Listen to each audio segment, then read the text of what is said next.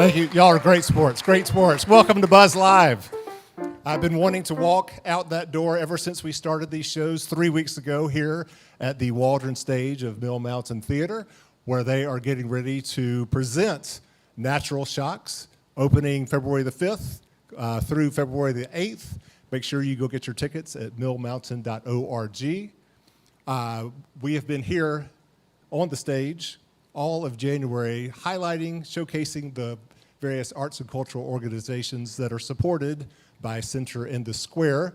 So that means that over the last 3 weeks, we have chatted with the directors of the O. Winston Link Museum and History Museum, the Roanoke Pinball Museum, Starcade, Kids Square, Mill Mountain Theater, Science Museum of Western Virginia, and tonight I am so honored to welcome to the stage Opera Roanoke, hence the tux, right? Yes, I don't put this on for just anybody or any organization, but Opera Roanoke is here. We got to show up for them. We have an encore presentation of Mill Mountain Theater's Matt Shields. Matt, you're used to encores, I assume? Yes? All right. Since we lost his segment from last week's show due to aforementioned technical issues, we will share a sneak peek of our newest Buzz episode, which is airing next Wednesday, February the 3rd.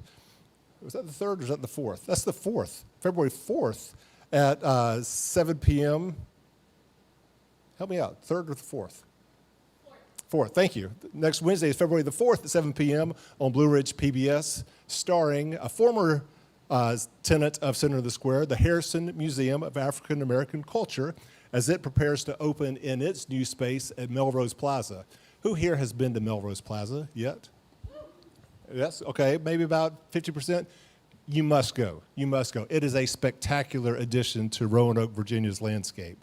On Melrose Avenue, it is a wonderful space with so much to offer, including the Harrison Museum of African American Culture, which has its grand celebration this coming Sunday at 2 p.m., February 1st, to kick off Black History Month. So please make a point of visiting there sometime soon. And I am also tonight thrilled to chat with my good friend and Center in the Square Director of Operations, Melissa Webster, who has a really inspiring, cool story to share about her journey to this role. Real quickly, my name is Michael Hemphill. I'm the creator and host of the TV show Buzz that airs every Wednesday night, 7 p.m. on Blue Ridge PBS, where we feature the great work that nonprofit organizations do. I would encourage you to follow along on my social media channels, which are Facebook, Instagram, LinkedIn, YouTube, and TikTok, all at Buzz for Good. You can go to our YouTube channel and watch any of our past Buzz Live shows. And all of that is thanks to my good friend, Rob Orthwine, who over there working the live stream. Everybody, please give it up for Rob. I want to take a moment to thank our sponsors. Sponsor slides, please. The Community Foundation serving Western Virginia. Partners in Financial Planning, a Southwest Virginia-based financial management firm. Friends of the Blue Ridge, which works to build better community throughout the Blue Ridge region of Virginia and North Carolina. The Candy Store, located in the heart of the atrium of Center in the Square. And MLEX Construction Company. Please, a round of applause for our sponsors. And without any further ado, let's please welcome to the stage Opera Roanoke.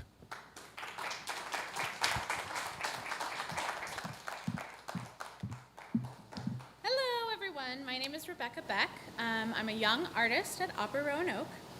Today, I'll be singing Je veux vivre from Gounod's Romeo and Juliet. I'll be playing the character of Juliet. This is before she meets Romeo, and she's singing about how she wants to stay young forever and never have to fall in love and get married.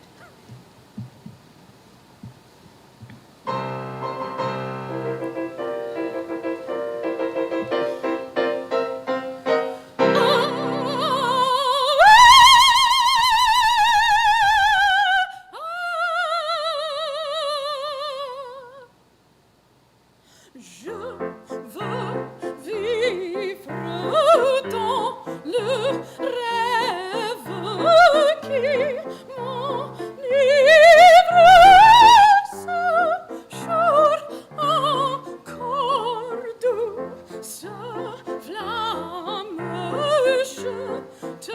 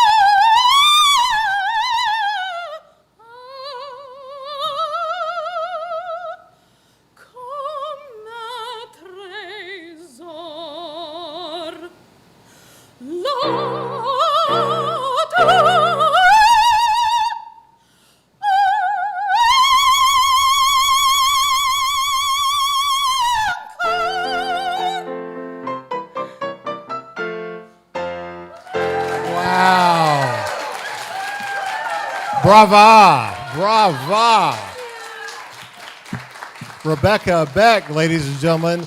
And with that, let's bring to the person who's responsible for all of that talent. Sure? No?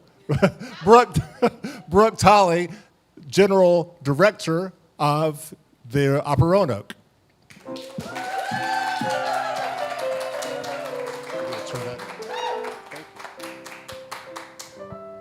Spectacular. Spectacular. Wow. Wow. Now, she's a young artist. Yep. So what is the line of demarcation going from young to professional? Because that sounded professional to my ears. She's pretty professional already, but most of our young artists are college students or recent graduates. Okay. And they're sort of just embarking on that professional part of their career for the first time. So we give them training opportunities and opportunities to perform alongside our main stage artists. Spectacular. Bravo. Thank you so much. Thank you so much. Thank you, Becca. And we will hear one more from Rebecca later on in the show. So, Opera Roanoke. Some might consider that to be kind of an oxymoron, right? Thank you for laughing. That was meant to be a joke. I've lived in bigger cities. I've visited bigger cities that don't have their own opera company. But here you are, Opera Roanoke, actually celebrating 50 years this year here in 2026. Thank you. So how did we become so fortunate? So Opera Roanoke started as a volunteer-led organization. There were people in the Roanoke region who just really loved opera and were really passionate about it, and they wanted to see live performances. It took them, I think, 2 years to get to their first live performance. And then that was in the 80s. And then in the 90s, the late 90s, they changed their name to Opera Roanoke. They were originally called the Southwest Virginia Opera Society. Rolls right off the tongue. It sure does. Not my tongue, but Opera Roanoke is easier. Yeah. And so in the late 90s, they changed their name to Opera Roanoke, and they became a professionally run company, run by people with, they have a staff and a board now, and we certainly still work with a lot of volunteers, but our performances are professionally cast. Indeed, indeed. At the same time, I've got to believe, though, that it's still a challenge having something like opera, which is a very old type of art form, here in today's modern world. What are the challenges with that? It can be challenging, but I think when you come and see an opera for the first time, most people leave with the impression that that's something that they weren't expecting. And so the themes of opera are usually still very relevant to today. And so at Opera Roanoke, we do traditional performances, but we also update them sometimes to today's times. And the themes that we deal with are themes that everyone deals with on a daily basis still. So it actually is quite relevant. Okay, so the themes such as? Themes such as love, morality, tough choices, cheating on your ex and relationship woes. I can go on and on, really. And that's just the comedies. That's just Well, give us a preview. So what performances are coming up for you this year? So our next big performance is Hansel and Gretel, which many people know the story of Hansel and Gretel. It's a fairy tale. And we are very lucky to be partnering with the Botetourt Music Academy to be our children's chorus in the opera. So we're really excited about that. That's a fully staged performance. And something interesting to note about the performance is that all of the sets and all of the costumes are made out of paper. Oh. Why is that important? Because that's not usually the case. Yeah, right. And But is there a reason behind that? The company that we're partnering with to put on this production makes all of their sets and costumes out of paper so that they are easy to transport across the country. Lovely. Fascinating. That wasn't even a question. Thank you. Happy to help. All right. Honesty here.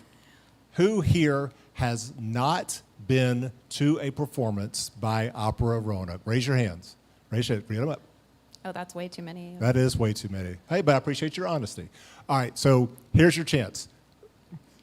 Convince them, persuade them to go to because I imagine you probably have some capacity in the audience for new people to come and see one of Opera Roanoke's performances. We do. And like I said before, if you attend an opera performance for the first time, I can promise you it's not what you were originally thinking.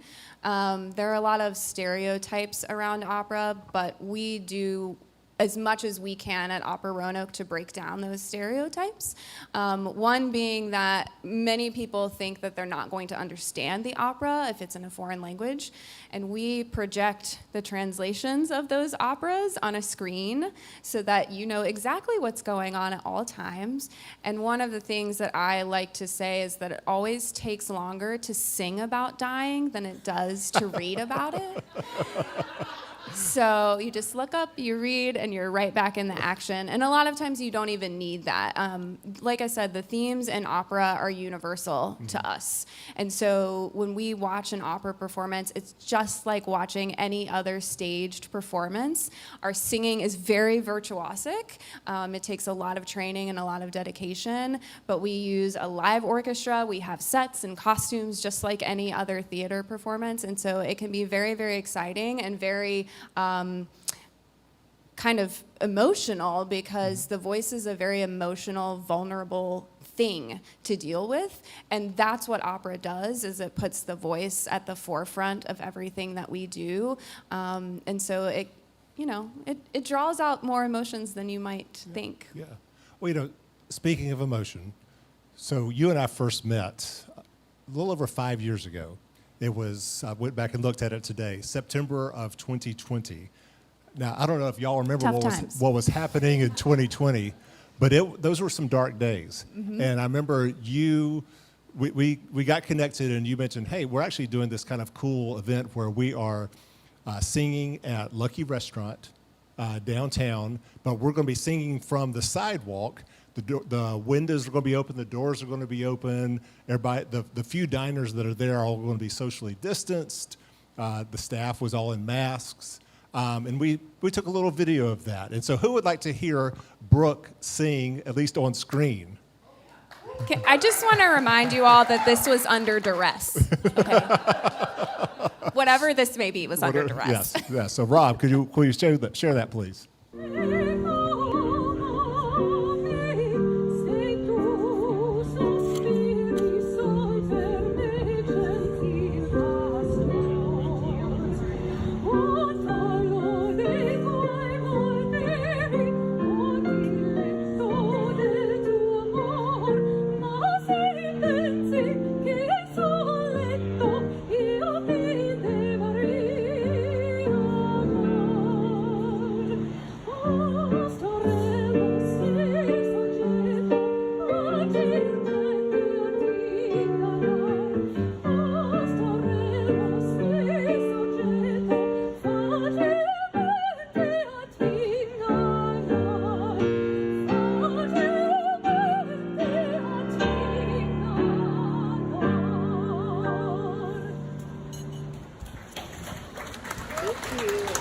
Yeah. Opera singers don't like to watch themselves perform. Well, I do have to say, though, being there that night, given all that we were going through that particular year, it was a dark year, and it was an emotional night for me. It was a rare moment of light in a pretty dark time. So thank you for that. That is the power of what opera can do. So thank you so much. Thank you. Ladies and gentlemen, Brooke, Tolley, Opera Roanoke. Thank you so much. Next up, an encore presentation by the one and only Matt Shields, General Director, Managing Director, you're Managing Director, you're General Director. Okay, sorry. Managing Director of Mill Mountain Theater. Get on up here.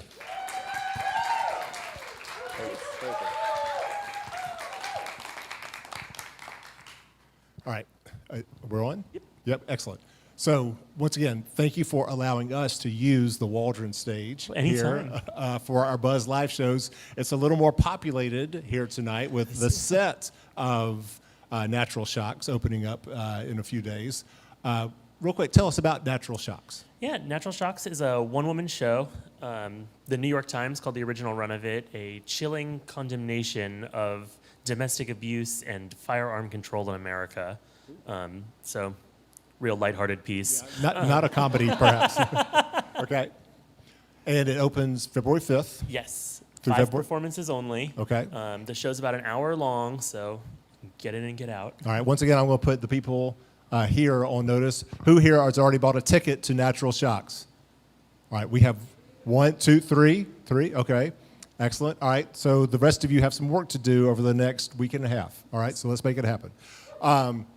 That's the next show, but you've got a lot of shows happening this year. I'm just going to read them out real quickly. We've got the Percy Jackson musical, The Lightning Thief.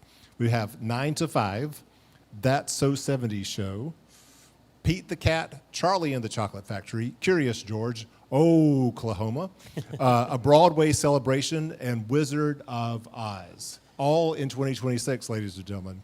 All right. Yes, it's a big season. A huge season. So my question, though, is you have a wide range of productions. You've got something like a one-woman tragedy, I don't know what you would call it, but dark play that's opening up. You've got everything all the way to Oklahoma and Wizard of Oz. If you could take your director hat off, what is like your favorite kind of production as an audience member? Yeah, And don't say you like them all. I mean, I don't like them all. okay. No, I'm a sucker for a jukebox musical. I love the Mamma Mias and the $1 Million Quartets. I love escapism theater, sitting in the audience just to have a good time for 2 hours. Right. But I think my favorite thing that we do here at Mill Mountain is our free to the public community tours. They're 45-minute shows that go all the way around Virginia. They're silly, they're fun, they're always based off of children's book. They're way overacted, and the choreography is always silly. So that's my favorite thing to watch. Which probably isn't everyone's answer, but Yeah, lovely. Anyone here, we'll take a quick little poll. Your favorite types of performances? Big musical, small play, tragedy, comedy. Comedy, big musical. Scott, you got one? Wicked over and over again. Yeah, right. If we could get Ariana Grande here for that, that'd be lovely. Okay? I'll call her up, see what we can do. Please do. Well, speaking of out-of-towners, right? So Mill Mountain Theater productions consist usually, I'm pretty sure, of like local talent, but also maybe some hired talent who come in from elsewhere. Right. What's like the ratio typically of a big production? Well, we don't have a set ratio. Right. We, Mill Mountain, exist in, for, and because of our community. So it's very important that we stay rooted in community and include Roanoke as much as possible. And, this city has a lot of talent. It is crazy the amount of talent that Roanoke has to offer. So we love to showcase as many locals as we can in productions. But we also have to stay true to that professional tag that we have. So I would say probably about 80% of our casts for a typical main stage show come from New York, LA, Atlanta, Orlando, those big arts hubs. But anytime we can feature a local, we really try to. Yeah. Well, what is the benefit? Because some communities only try to recruit locally. But what's the benefit to Roanoke by bringing in, outsiders, quote unquote? I think it's just great to expose Roanoke to as many people as we possibly can. We've had lots of people who come in from other cities, do a show, fall in love with Roanoke, meet their love in Roanoke, and then stay. Also, we do the Christmas shows, and our actors get the chance to do the Christmas trees at the Hotel Roanoke or ice skating in Elmwood Park, and now they visit every December. and it's their family tradition to come to Roanoke and experience Dickens of a Christmas. So. Yeah, it seems like our biomedical, and I'm riffing here, but like the biomedical scene of Roanoke gets a lot of news coverage by all the people that they're bringing in, but the arts don't get as much credit. And I think looking long term, like anybody here come here because of say the arts, and then ended up staying. Yeah, we got a hand up there, right? I'm Yeah? one. You're one. Yeah. Well, what's your story? I went to, I'm from just outside of D.C. Okay. Went to Radford, and I traveled the country for a year working at miscellaneous theaters. I got a 3-month contract at Mill Mountain Theater. 3 months became 4. 4 months became a staff position. Staff position became 7 seasons, and now here I am in charge. Awesome. Well, it's great having you here. Last question. Other than trying to provide audience members with a phenomenal, enjoyable night out, of entertainment, escapism, like you just said, what is something else that you hope audience members leave with from a Mill Mountain Theater production? Yeah, we always say we don't want to tell you what to feel. We just want you to feel something. Mm-hmm. And there's just something so magical about sitting in an audience, all of you over there are experiencing it now, watching someone or people up on a stage perform. And, there was an article a few years ago at the Theater Wing magazine where they did a study in London, and they found that after just 5 minutes of sitting in a crowd with people watching a show, the whole audience's hearts begin to beat in sync. Wow. And so there's just this amazing experience that's happening in your body, and you don't even realize it, about just being with community, experiencing something. Yeah, lovely.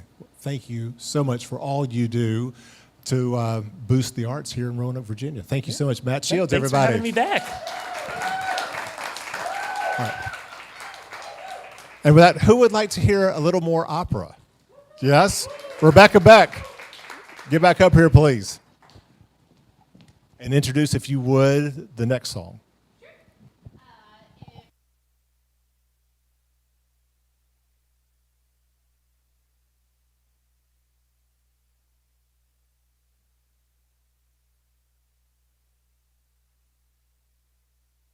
Pause 1 second, if you would. I'm so sorry. I'm seeing some chagrin on Rob's face. Did we? It is on. Maybe get closer for the speaking part. Try again.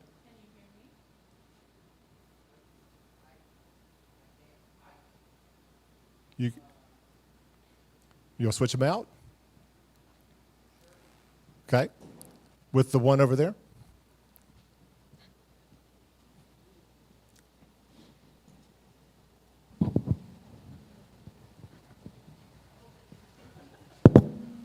Thank you so much. Oh my goodness. Okay. No, we Yeah, don't. I'm so sorry. All right, There we go. let's try that. Can you hear me now? Good, awesome. Great. La Boheme, one of the most beloved operas. I'm singing an aria who's by Musetta, and she's in a cafe with her new boyfriend. However, her ex comes in, and she's basically just trying to make him jealous. As you do.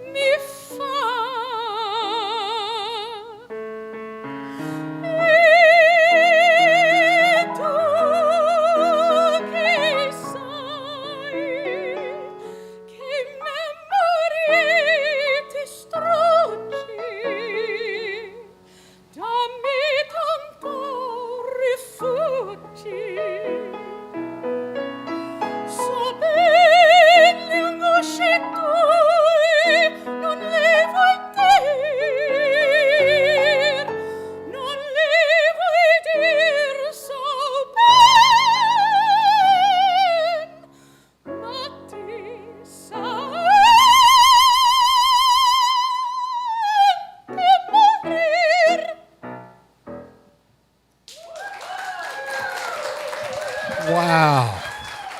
Bravo. Rebecca Beck, ladies and gentlemen, thank you so much. And would you introduce, Rebecca, your accompanist extraordinaire, please, who's been providing such wonderful accompaniment all night? Anna Preston. Anna Preston, ladies and gentlemen. Thank you, Anna. That was glorious. Now, next up, I want to share a little clip from our upcoming episode of Buzz, starring the Harrison Museum of African American Culture, which the episode will air next Wednesday, February the 4th at 7 p.m. on Blue Ridge PBS and our YouTube channel. The museum is hosting a grand reopening this Sunday at 2 p.m., February 1st. And so I would encourage everyone to please go check it out starting then or anytime later. It's a fabulous new space for a fabulous museum. And here's a little clip from our episode. In August of 2025, Roanoke, Virginia cut the ribbon to a new landmark, Melrose Plaza, a partnership between the city and the nonprofit Goodwill Industries of the Valleys. Built to highlight and help the historically black community of Northwest Roanoke, Melrose Plaza opened with a full-service grocery store, banking center, adult high school, wellness center, and of course, Henrietta's Cafe, named in honor of Roanoke native Henrietta Lacks, whose cancer cells were taken from her without her knowledge or consent to become the source of the immortal HeLa cells that have been used for countless medical research advances. But one big space of Melrose Plaza was left empty until now. And it's this space, the new home of the Harrison Museum of African American Culture, that we are celebrating on today's episode of Buzz. Dun-dun. What happens next? Tune in Wednesday night, February 4th at 7 p.m. to Blue Ridge PBS. The show's fine. This museum is spectacular, so please make a point of go seeing it. Now, to round out tonight's Buzz Live, I first met our final guest back in, I think, 2021, when I heard that Center of the Square had taken over an old warehouse in the former Roanoke Industrial Park in southeast Roanoke and was turning it into a massive haunted house called Blue Ridge Nightmares. Who here actually attended Blue Ridge Nightmares? All right. Those who didn't, you really missed out, almost as much as you would have missed out if you hadn't gone to see an Opera Roanoke performance. So it was, I must say, the greatest haunted experience of my life, and its creator was none other than Melissa Webster. Get up here.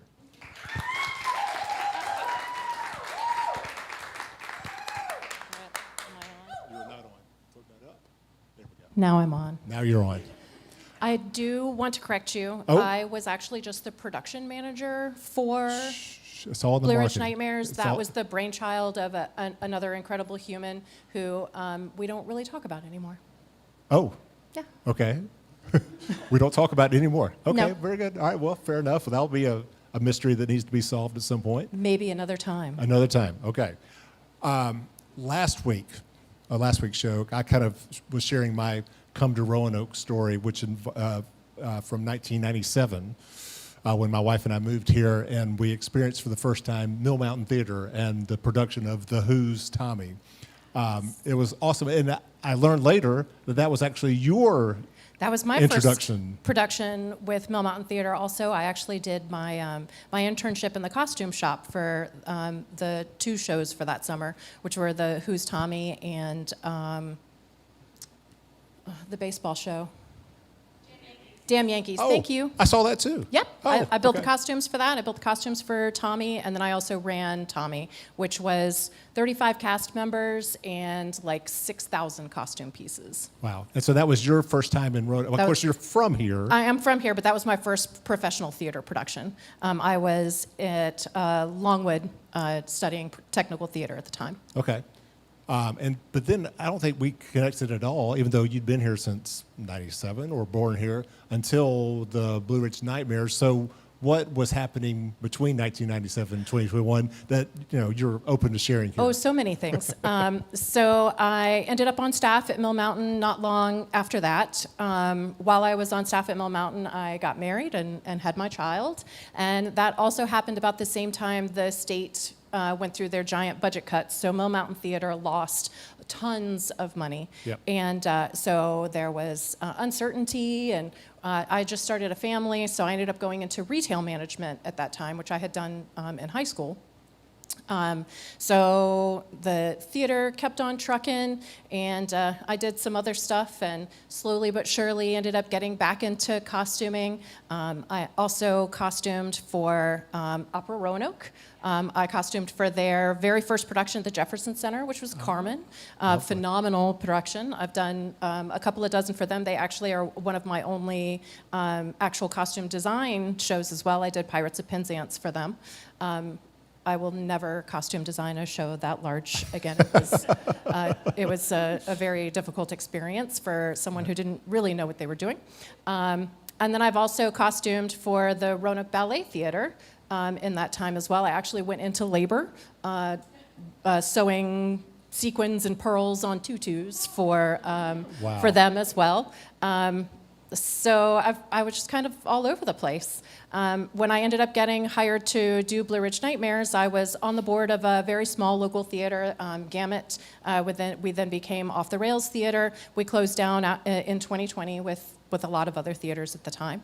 But because I was doing costumes for them, I ended up getting asked to costume for Blue Ridge Nightmares. Yep. And I got into that giant empty warehouse, and they needed people to build and paint and build props and set decorate and all of the things. So I started doing all of that as well. I ended up stage managing the show. My husband came in to do carpentry and run backstage. My daughter actually worked the front. She greeted and gave the rules to every person that went through that set for 3 years. So it sounds like, like every nonprofit, it's not just your job, it becomes the family's job. Exactly, Yeah. exactly. Yeah. You literally start bringing in everyone you know who has any kind of skill, even if it's just standing and breathing, because sometimes you just need someone to stand there. And now you are Director of Operations I for am. Center in the Square. For Center in the Square. Yes. Yeah. So, kind of going back to some of the conversations we've had the previous 3 weeks here, there have been some questions about Center in the Square over the last few weeks, and there's the Ferris wheel on the roof. The what? The Ferris wheel idea for the roof. There's the Science Museum moving out. And last week, I suggested that Center in the Square has become less of an arts and cultural destination and more of an entertainment destination. You sure did. I did say that. So, is that fair? I don't think it's fair, considering you are sitting in a theater that is provided space by Center in the Square. So, and this is one of 2 stages that Mill Mountain Theater has here. You also just had the performance by the Opera, another arts and cultural foundation here. The Roanoke Ballet Theater is also one of our benefactors.